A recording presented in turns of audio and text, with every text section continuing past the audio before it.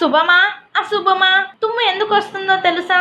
ఏదైనా మంచి కార్యం తలపెట్టినప్పుడు తుమ్మితే ఇంకేముందులే అయిపోయినట్లే అనుకుని అశుభంగా భావిస్తారు.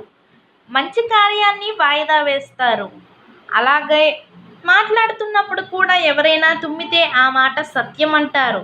నిజానికి తుమ్ము శుభమా అశుభమా అనేది తెలుసుకోవాలంటే ఈ స్టోరీ వినాల్సిందే.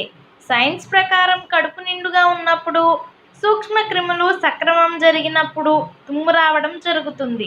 తుమ్మడం ద్వారా దాదాపు 40,000 సూక్ష్మజీవులు సెకనుకు 100 మైళ్ళ వేగంతో గాలిలోకి విసిరబడతాయట. అందువల్ల ఆ సమయంలో చుట్టూ ఉన్నవారు కాస్త ఇబ్బంది పడతారు. మరి దీనిని అశుభ కారణంగా ఎందుకు భావిస్తారు అంటే, ఆధ్యాత్మిక పరంగా సృష్టికర్త బృహస్పతి శకున ప్రకరణలో గర్గుని సూత్రాల్లో తుమ్ము అశుభమని చెప్పబడింది. కానీ ఒక ఆరోగ్యవంతుడు ఉన్నట్టుండి తుమ్మితేనే అది అశుభంగా పరిగణించాల్సి ఉంటుంది. ఆరోగ్యవంతుడు మాత్రమే ఆ కాలంలో తుమ్ముతాడు అంటే అక్కడి వాతావరణంలో ఏదైనా అనారోగ్యకరమైన మార్పు జరిగిందని అర్థం చేసుకోవాలి. అందుకని ఏదైనా శుభకార్యాన్ని మొదలుపెట్టేటప్పుడు ఎవరైనా తుమ్మితే అశుభంగా తీసుకోవాలి.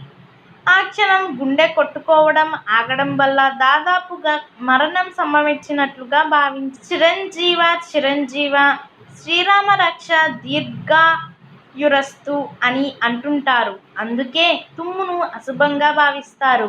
అయితే మంచి మాట్లాడుతున్నప్పుడు అకాలంలో ఎవరైనా తుమ్మితే శుభంగాను, ఏదైనా శుభకార్యం తలపెట్టేటప్పుడు తుమ్మితే దాన్ని అశుభంగాను భావించాలని పండితులు సూచిస్తున్నారు.